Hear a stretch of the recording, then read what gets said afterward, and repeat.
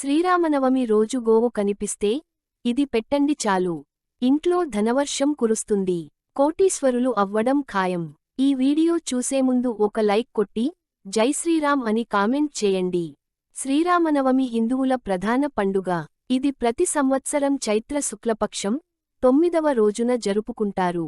ఈ రోజున శ్రీరాముడిని పూజిస్తారు. మతవిశ్వాసాల ప్రకారం శ్రీరాముడు ఈ రోజున జన్మించాడు. అందుకే ఈ రోజును శ్రీరాముడి జన్మదినంగా జరుపుకుంటారు. అంతేకాకుండా రాముడు 14 ఏళ్ల అరణ్యవాసం తర్వాత అయోధ్యకు చేరుకొని పట్టాభిషిక్తుడు అయింది కూడా ఈరోజే. ఈరోజే సీతారాముల కళ్యాణం కూడా జరిగిందని పండితులు చెబుతారు. శ్రీరామనవమి పండుగ రోజు ఆవు కనిపిస్తే దానికి ఇది పెట్టండి. మీకు తరతరాలకు తరగని ఐశ్వర్యం వస్తుంది. శ్రీరామనవమి రోజు ఆవు కనిపిస్తే దానికి ఇది ఆహారంగా పెట్టండి చాలు. మీకు పట్టిన దరిద్రం అంతా పోతుంది. ఆవుకి ఇది పెట్టడం వలన సకల శుభాలు కలుగుతాయి. శని దోషాలు తొలగిపోతాయి. ఆవుకి ఇది పెట్టడం వల్ల మీ ఆదాయం రెట్టింపు అవుతుంది. మీరు కుబేరులవ్వడాన్ని ఎవ్వరూ ఆపలేరు. నవమి రోజు ఆవుకి ఇది తినిపిస్తే మీ ఇంటిలో అన్ని శుభాలే కలుగుతాయి. ఈ సంవత్సరమంతా డబ్బుకి లోటు రాదు. మీరు ఏ పని తలపెట్టిన అందులో విజయాలు కలుగుతాయి. అంతేకాదు శ్రీరామనవమి రోజు మీకు ఇల్లు, భూములు కొనే అవకాశాలు వస్తాయి. మీ ఇంట్లో కోట్ల వర్షం కురుస్తుంది. శ్రీమహావిష్ణువు అనుగ్రహం లభిస్తుంది. మన సనాతన ధర్మంలో ఆవుకు ప్రత్యేకమైన స్థానం ఉంది. గోవు ఎక్కడ ఉంటే గోవిందుడు అక్కడ ఉంటాడు. గోపాలుడైన ఆ శ్రీకృష్ణ పరమాత్ముడికి గోవులంటే అత్యంత ప్రీతి. శ్రీ మహావిష్ణువుకు అందుకు మునుపే గోవింద నామము ఉంది. సంస్కృతంలో గో అంటే భూమి అని కూడా అర్థం ఉంది. పవిత్రతకు మరియు శుభానికి చిహ్నం. గోవు యొక్క పాలు, మూత్రము మరియు పేడ ఎంతో పవిత్రమైనవి. ఎంతో పవిత్రమైన ఆవును దర్శించి రోజులోని పనులు ప్రారంభించడం ఎంతో శుభ సూచకంగా భావించబడుతుంది. ప్రాచీన పవిత్ర భారతీయ సంస్కృతి సాంప్రదాయాలకు ప్రతీక గోమాత. భారతీయులకు అనాది నుంచి ఆరాధ్య దేవత. మానవజాతికి ఆవు కన్నా మిన్నా గా ఉపకారం చేసే జంతువు మరి ఒకటి లేదు. గోవు పాదాలలో పితృదేవతలు, గొలుసులలో తులసి దళములు, కాళ్లలో సమస్త పర్వతాలు, మారుతి తదితరులు ఉన్నారు. గోమాత నోరులోకేశ్వరం, నాలుక, 4 వేదాలు అని పురాణాలలో వర్ణించడం జరిగింది. గోవు మధ్యలో గంధర్వులు, దంతాలలో గణపతి, ముక్కు రంధ్రాలలో శివుడు, ముఖంలో జ్యేష్ఠాదేవి, కళ్లలో సూర్యచంద్రులు, చెవులలో శంకు చక్రాలు, కొమ్ములలో యమ, ఇంద్రులు ఉన్నారు. అలాగే కంఠంలో విష్ణు, భుజాన సరస్వతి, రొమ్ములలో నవగ్రహాలు, మూపురంలో బ్రహ్మదేవుడు, గంగడోలిన కాశీ ప్రయాగ నదులు ఉంటాయి. గోవు వెనుక భాగంలో లక్ష్మీదేవి కొలువై ఉంటుంది. అందుకే గోవు భాగం చూస్తే చాలా మంచిది. ఈ విధంగా గోవు ప్రతి అవయవంలో సకల దేవతలు కొలువై ఉంటారు అని అథర్వణ వేదం చెబుతుంది. గోమాతను పురాణంలో సకల దేవత స్వరూపంగా వర్ణించడం జరిగింది. ఆవు విశ్వమాత. ఆవును ఆరాధిస్తే సమస్త దేవతలకు ఆరాధించినట్లే అని మన పురాణాలు చెబుతున్నాయి. గోమాతని పిలుస్తూ ఉంటారు. కారణం గోవు ప్రతి అణువులోనూ ఒక్కో దేవత ఉంటారు. కాబట్టి పరము పవిత్రమైన గోవుకు భారతీయుల జీవనశైలిలో మాతృదేవత తర్వాత విశిష్టమైన ద్వితీయ స్థానాన్ని పొందింది. మరి అలాంటి ఆవు శ్రీరామనవమి రోజున వస్తే ఏం చేయాలో ఇప్పుడు మనం ఈ వీడియోలో తెలుసుకుందాం. ఎంతో పవిత్రమైన ఆవు శ్రీరామ రోజున కనిపిస్తే ఖచ్చితంగా దానికి పూజ చేయండి. ఆవుకు ప్రతిరోజు పూజ్చేసే వారికి కోటి జన్మల పుణ్యఫలం లభిస్తుంది. అలా కాకుండా ప్రతిరోజు ఆవుకు ఏదో ఒక ఆహారం పెట్టిన స్వర్గలోక ప్రాప్తి కలుగుతుంది. ముఖ్యంగా శ్రీరామనవమి రోజున ఆవుకు నల్ల నువ్వులు, బెల్లాన్ని కలిపి తినిపించండి. మీ ఇంటిలో నల్ల నువ్వులు ఉంటే 1 కప్పు తీసుకోండి. వాటిని అందులో బెల్లం తురిమి వేసి రౌండ్గా చుట్టండి.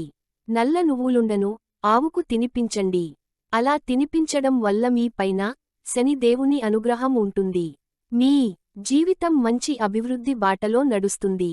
నల్ల నువ్వులను పొడి చేసి అందులో బెల్లం వేసి కలిపి ముద్దలాగా చేసి మీరు మీ కుటుంబ సభ్యులు అందరూ ఆవుకి తినిపిస్తే ఇక మీ ఇంటిలో అన్ని శుభాలే కలుగుతాయి.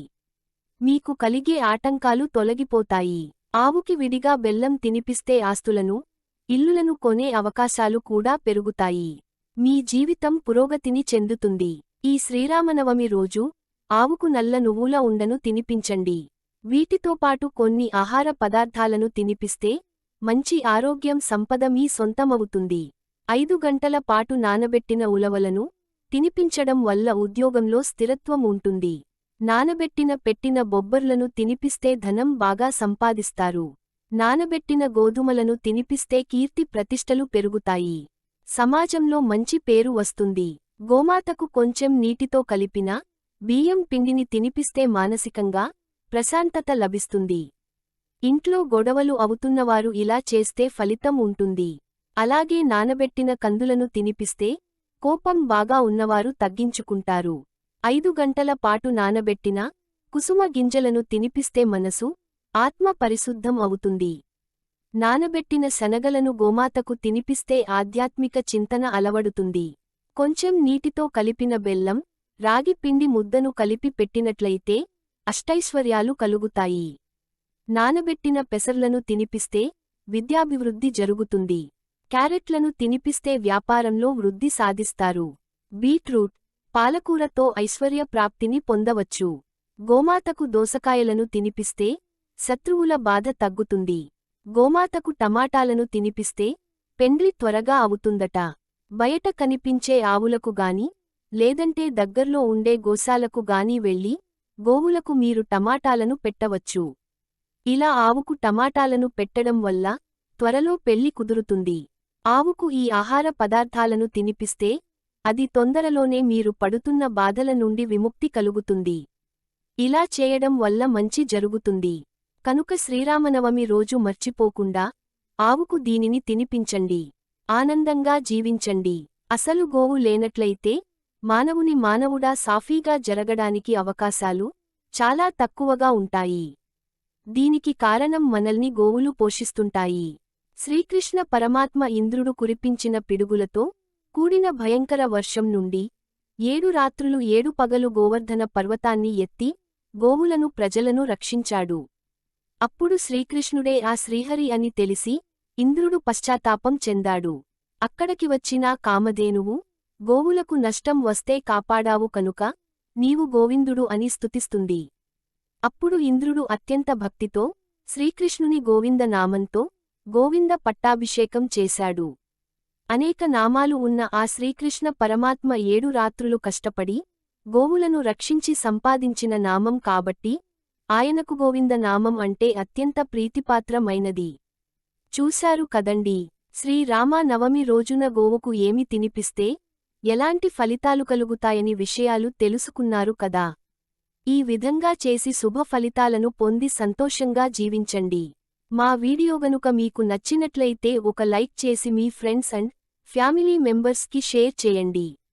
అలాగే మా వీడియోస్ మీకు వెంటనే చేరాలంటే మా ఛానల్ని సబ్స్క్రైబ్ చేసుకోండి.